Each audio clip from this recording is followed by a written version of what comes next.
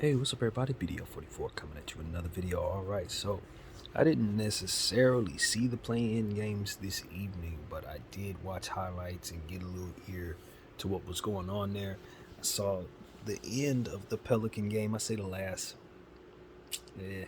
quarter or so. I was able to watch a good portion of that, and I just wanted to kind of sound off on what I saw there. So the first thing I want to think about, I guess, right now is the Pelican game, since that's what we're talking about. Bi, wow, big performance. Ultimately came down to a heartbreaking situation where the team just could not inbound the ball to CJ McCollum. It was Herb Jones who ultimately inbounded the ball. I guess he was throwing it thinking CJ was going to run a certain kind of speed, and CJ wasn't running like that, man. I told y'all about CJ. Listen, I respect CJ McCollum as a heck of a mid-range scorer. He's an elite level scorer, but he has certain tendencies to his game naturally that drive me absolutely crazy. And we talked about it a lot last season. And I guess tonight, Pelican fans really got the worst of it. He was 5 for 15, and it just, from what I understand, 4 assists from your guard, 5 of 15. That's just not what they needed.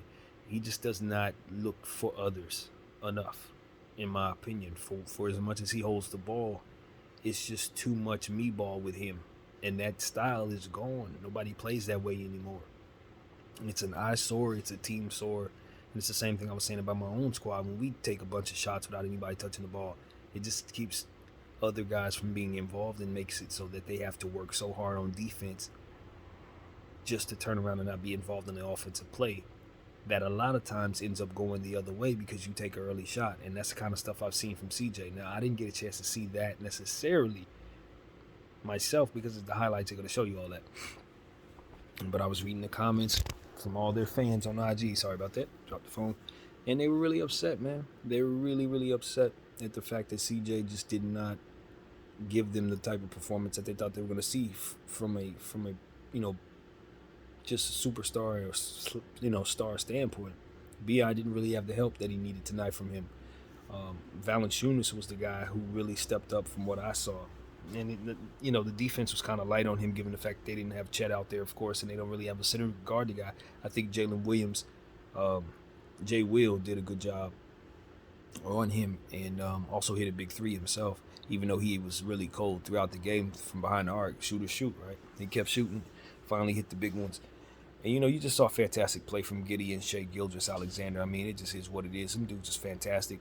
I'm not surprised. I told everybody that Giddey was really, really, really special. He has certain touch and feel to his game, and his size makes it so that he's just a special player, man. And you can clearly see where he's headed.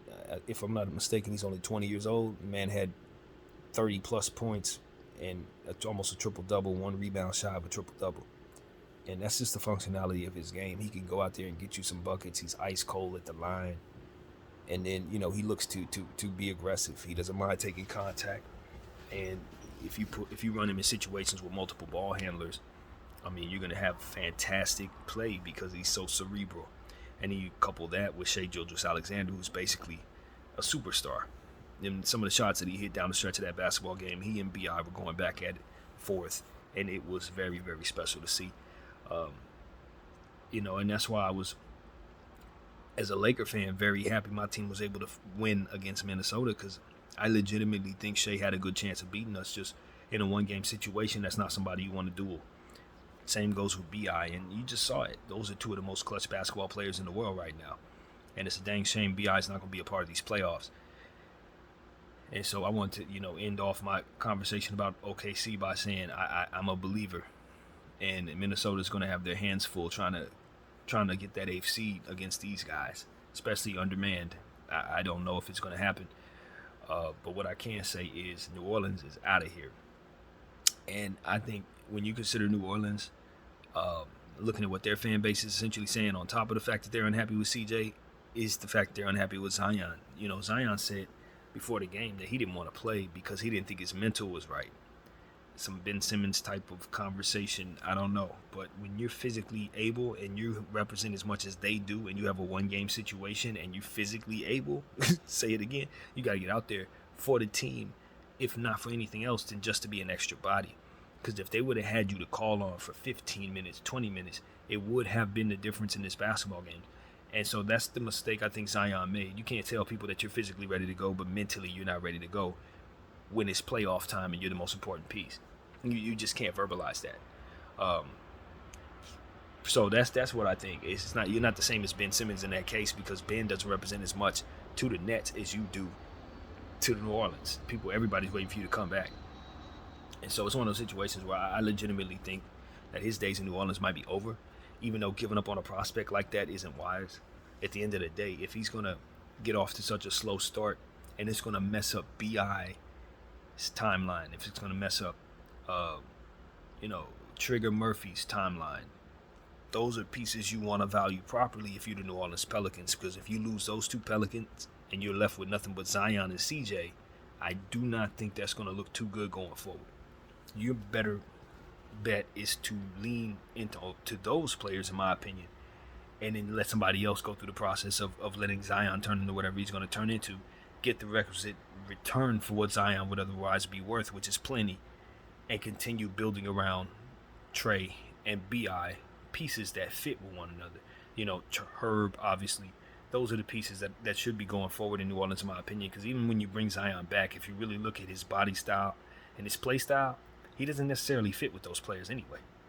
He really doesn't. But what you can do is go find a piece that does, or the pieces that does, and not miss having Zion on your team if for some reason his development continues on this path. Let another team deal with that. Because that's how I feel about Zion at this point. It's not the same thing as Joel Embiid, in the sense that, yeah, you want to wait on him. But the Philadelphia 76ers, with all due respect to Ben Simmons, they didn't have a BI and a Trey to consider. It's not the same. You got to legitimately look at BI and say this guy is a franchise player. And you look at the type of shots he hit tonight, and you say he could help somebody win a championship without any doubt. Without any doubt. If he has the requisite pieces around him, he's a champion. And so it's one of them situations where it's like, if I'm BI, I'm looking around and I'm saying, okay, I can't seem to get on the floor with this guy. Maybe if I get sent to Dallas, I can play with Luka Doncic and never have no problems. Maybe if I get sent to Boston, I can play with Jason Tatum, never have no problems. Maybe if I get sent back to LA, I can play with Bron and AD and finally win that chip that's eluded me. Because that's where he's at in his career. Not to say that he could be fit on here with AD and Bron, because that's not going to work financially. But what I'm saying is, he can find a better situation, take the talent that he displayed on the floor tonight and win big. Heck, he can go to OKC and play with Shea and Giddey and them and win big. So it's like, as long as New Orleans is still sitting there with that huge piece, eating up the third of their cap, not playing for whatever reasons, good or bad, it's going to put BI's timeline on the back burner, and he is too great of a prospect at this point for that. Too great. And that's also what I was thinking, looking at him as he was hitting shots over God knows everybody they put in front of him. Lakers gave up on him, obviously too early, and the price tag on him at this point, you hate the fact that you gave up on him. Now, granted, we have Anthony Davis, who today, as of right now, is still a more valuable player, still a better player than BI overall. But that don't make you feel too good about watching him and knowing where he's headed in his progressions going forward. BI is going to make at least 8 All-Star teams in his career, and I just know he's not going to get any worse. And as a Laker fan, that doesn't make me feel too better. That doesn't make me feel much better. But shout out to BI. He had a fantastic season. I'm sorry to see it end on a heartbreaker like this. And they do need to get rid of a couple players, including CJ and possibly Zion. I would move on. I haven't lost any faith in Zion as it pertains to what he's going to be 3-4 years from now. He's still going to be that kind of dude. But as far as how long I'm willing to wait on him versus possibly risking good prime years of BI and Trey, no, I'm not doing that. This was enough of that. You know what I mean? And I feel for him, because if your mind ain't right, you're afraid of making mistakes. He was saying, I go out there, I'm not myself. And nobody want to hear that, bro. Because at the end of the day, to be honest with you, Zion, it's not your mind that can most help the team. It's your size, bro. It's your rebounding prowess. It's your ability to dunk the ball easily. Ain't nobody want to hear that from you. That's what it really comes down to, bro. Especially when everything's on the line, and they're waiting on you to be the difference maker. Team had championship hopes at the beginning of the season. Even I thought that they were a championship contender. But without Zion Williamson, they're just another team, and that's exactly how they ended up going out. So that's pretty much what I got to say about New Orleans. I just think they need to make some big changes, and I think they're in a position to do so because Zion can garner a lot of returns for you. You can get a lot. So I think they need to shop him. Absolutely. And CJ as well. Get him off the books, man, and do not send him to LA. Absolutely not. But he do need to be somewhere else where players are a bit more close to his timeline because they can't wait on him. And we saw tonight, it's not a seamless fit.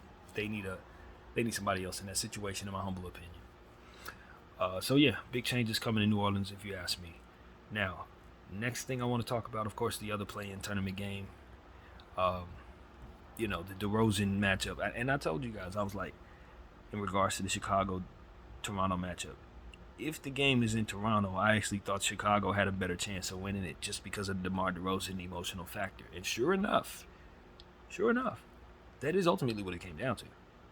Because we had DeMar DeRozan's daughter, I think her name is Dior, was screaming at the free throw line in very key moments. And Pascal Siakam missed the final 2 free throws of that game with 11 seconds to go off a missed 3-point shot that he was fouled on. Missed 2 out of 3 free throws, and it was Dior who was screaming and got in his head and ultimately made it so that he didn't make those shots, if you ask me. And if you ask the rest of the media, they're going to tell you the same thing. Fantastic overall performance from Zach LaVine. He had 39 points, I believe it was. Zach LaVine has turned out to make me look foolish, man. I ain't gonna lie to you. I've been on camera saying some things about Zach LaVine that he just flat out played better than those words would back up. So I gotta let people know that he's just playing better than I thought he would. He's developing well, just as a whole. He's a walking bucket at all times because of his athleticism. And I really like how he, DeMar DeRozan, and everybody on that team attacked the floor when they were down by like 20 points in this game. They just said, forget this, putting the ball on the ground, and we're going to lay the ball up and dunk the ball. And that's what they did. DeMar was continuing to drive at the rim and taking punishment left and right, drawing fouls, getting to the line. Zach, same exact thing, completely driving at the line, taking on punishment, getting dropped to the ground, and making 3-point plays and ones and things of that nature. And then you got to give Pat Williams credit. His development has not gone very well, in my opinion. He's had injury issues, and other players have kind of stepped into the league to kind of drown out what it is you expect his upside to ultimately be. But at the end of the day, he's still a lottery pick, and he's starting to show people that when he's healthy, he can start being a rebounding force and a physical force too. And when he wants to dunk the ball, he's going to get off the ground rather quickly. And we saw that he played a big part in them coming back in that way during that run, just driving at the rim and slam dunking on people emphatically. And then you give credit to the ex-Lakers on the team who just seemed to hit 3-point shots in the corner down the stretch of that basketball game in consecutive manner. 2 out of Caruso and then 1 from Pat Bev. So congratulations to those Laker guys for making the playoffs. I know how much it meant for them, especially Patrick Beverley, to not miss the playoffs. So, Pat, when he went to Chicago, it looked like a long shot to me that they would make the playoffs. I'm not going to lie to you. But I knew his goal was to get them there because he hadn't missed the playoffs in his career, from what I understand. And he helped Minnesota get there last year in improbable fashion. And he went to Chicago and helped them get there in improbable fashion. And you just got to give Patrick Beverley his credit. With the Lakers, we didn't have the greatest tenure. I've talked about it enough. But at the end of the day, Patrick has proven to be somebody who can still help a team make the playoffs. And Chicago was wise to bring him in. And here they are in a position where even though they run small ball, which I'm not a fan of, 2 out of those 4 players are elite defensive players in Caruso and, of course, Pat Bev. And when you could couple that with Zach LaVine and DeMar DeRozan's ability to kind of play bigger than they are, and then you look at Vucevic, who's a legitimate center, it gives them a dynamic that allows them some opportunities to be successful. Now, I don't believe in small ball at all, but you bring in Pat Will, you bring in some of those lengthy guys like Ayo Dosunmu and DJ. They have a very, very good set of players that can help them on the wing and do some things defensively that maybe most teams can't do, coupled with those forwards who are going to keep coming at you with the ability to stretch the floor and get inside and get and ones, hit the line, and hit their free throws. So the Chicago Bulls, just like the Clippers, I keep telling people, they attack you in some very awkward ways. Like the Boston Celtics, same thing. Any team with these two forward type of players, with defensive surrounding players that kind of assist them, those are difficult attacks to try to defend. And you saw it tonight. Even though the Toronto Raptors have key defensive players, they've just been kind of mediocre all year long. And that's another thing. We can get away from Chicago and into Toronto. I don't like the fact that Toronto has such fantastic talent at the top of their roster, and then on the back of their roster, a bunch of dudes that they do not use, that don't really have upside. I don't know what they've done there, but here we go with another team that just needs to do a better job of developing their talent and drafting better, and stop relying on 7 and 8 guys to be the fullness of what your team is. You ain't gonna win no championship that way. In fact, you're not gonna get into the playoffs that way, and that is why I think ultimately what happened tonight happened. You look at their starting lineup, they all balled out, but if you look at their bench, they either didn't play or gave them basically nothing. Gary Trent 0 for 5. I mean, they're just one of the biggest disappointments to me, man. Ever since the beginning of last year's playoffs, when they were going against Joel Embiid with a messed up hand and messed up everything else, and could not do nothing to stop him when he was halfway injured. I was like, at that point, that told me they needed to make some changes. Team is too expensive, and the ceiling is not championship. And they just haven't made those changes, and they didn't trade Fred VanVleet, and now he's a free agent, and all of this, they just lost in the play-in tournament game at home. All of this just tells me that it's time for them to start considering what type of moves they want to make too. OG Anunoby, Pascal Siakam, Scotty Barnes, Gary Trent, for whatever reason, that's just not working. It looked like it should work on paper, but for whatever reason, it just ain't good enough to do nothing. Every single year, you just have these fizzle out moments when you look at Toronto and say, y'all supposed to be better than this. And I know what it is. It's just the back of the bench. They just don't have it. It's just not there. You look at them dudes, they don't use them. And when they do use them, it's nothing.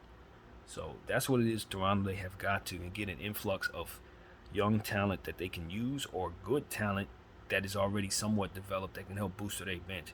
Because right now, they're on the outside looking in because of it. Now, I do believe they do play another game against the Heat for their playoff lives. That's how that's going to go for them. I've been on record saying the Heat need to blow it up. So whichever team wins this game will get a date with the Bucks. I think that's exactly how that goes. And, of course, they'll be out of here very soon once that happens. So, for the time being, you have to give credit. Ultimately, hey, wait a minute. Is that how that goes? Or does Chicago play them? Chicago, yeah, that's how that goes. So Toronto is eliminated, and Chicago plays Miami for 8th. I think that's how that goes. Yeah, so Toronto's out of here completely. To clarify that and get that right. And the Miami-Chicago game will be coming up, as to which I think Chicago will probably beat Miami, even though that small ball stuff is a little concerning against Bam. I still do not like the Miami Heat team that much. Although against Chicago, that matchup actually ain't that bad, especially if your Spruces and Vincents play defense. I think that matchup might not be bad for the Heat. As I'm brainstorming it, that's gonna be a close game, you guys. I'm not certain about that one, because even though I'm not a big fan of the Heat roster, I think they do attack that Chicago team in the right ways. So I'm not sure, but I am out on that Heat team completely. That roster is bad to me. So yeah, and then I look over in the Western Conference, skipping away from the East, and I go back to where we were, looking at the Minnesota Timberwolves and the OKC Thunder game. That one is going to be a little closer than probably Thunder fans are going to want to admit, and the reason why is because Gobert will be back, and so will Karl Towns, both being on the floor, and I just don't know where the heck they're going to find the size to defend that. And judging from the way that Minnesota team played my Lakers, they may be just gritty enough in the guard areas defensively to kind of offset some of what that onslaught will be. But I look at what that onslaught will be, and then I say, I don't know. Timberwolves are missing a lot. a whole lot.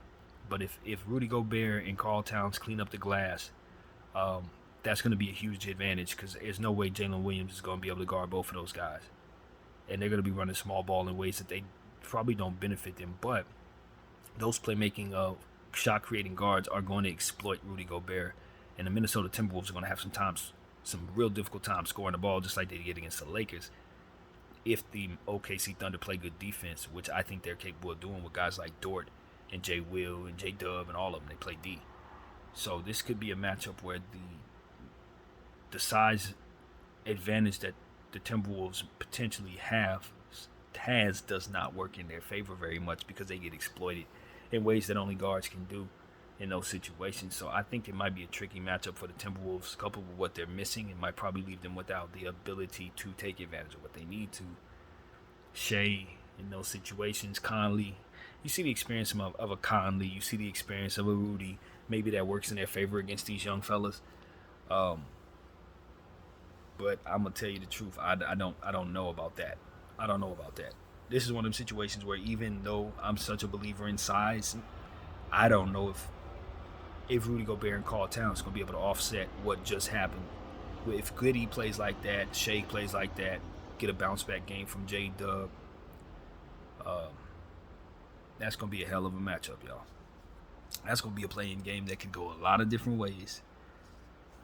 But I just think that OKC has a little bit more of what it is that they expect to play with at all times. They should have a lot more continuity than the Minnesota Timberwolves, who just have a second game since they've lost all these players. So I'm going to lean toward OKC winning that game on the road against the Minnesota Timberwolves, even though I think the Timberwolves are going to have a chance to rebound the ball over this team quite a bit in theory, although those guards rebound the ball very well.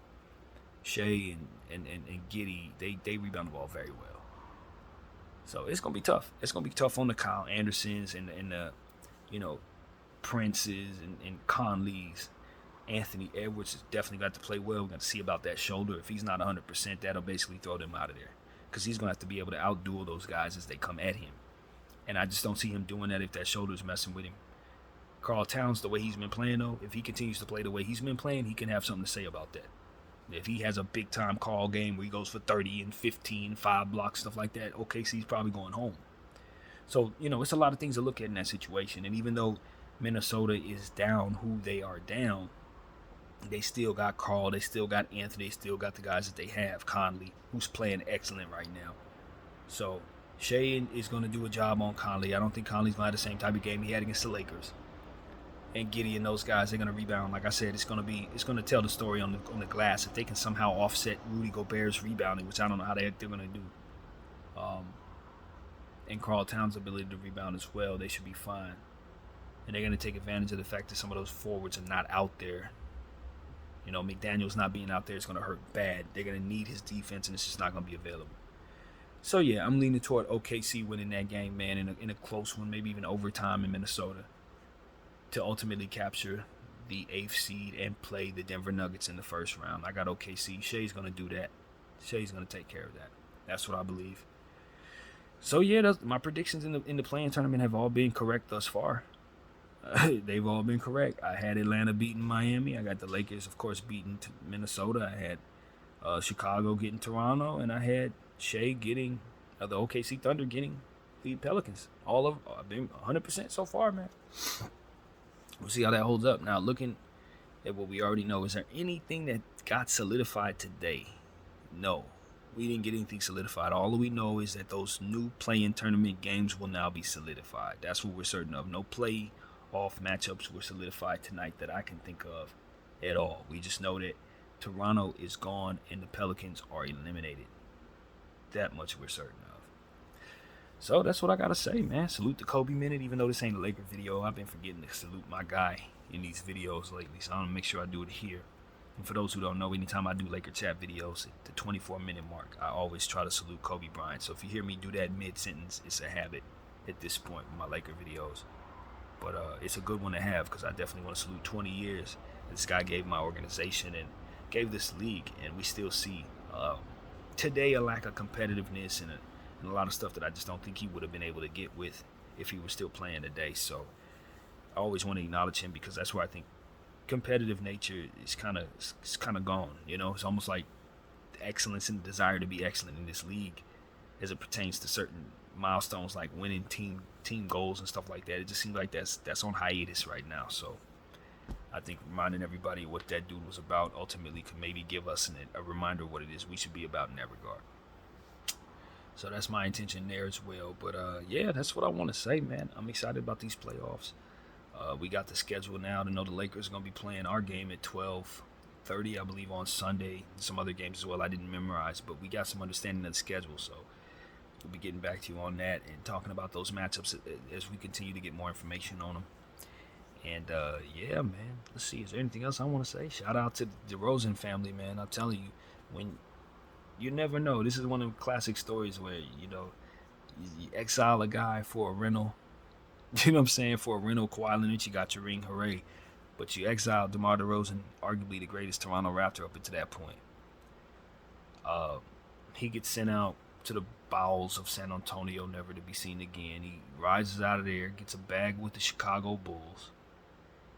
And now he's in a position to go back to Toronto to win a play-in game that he's probably not favored to win. And he wins the close game because his kid goes nutty at the free throw line. Every time Toronto Raptors go to the free throw line, she was the one screaming and ultimately sending them into his position on the road to not be able to hit the shots that they needed to at home because it's on the road for her. You know what I'm saying? So as to where the whole arena's quiet, she's screaming.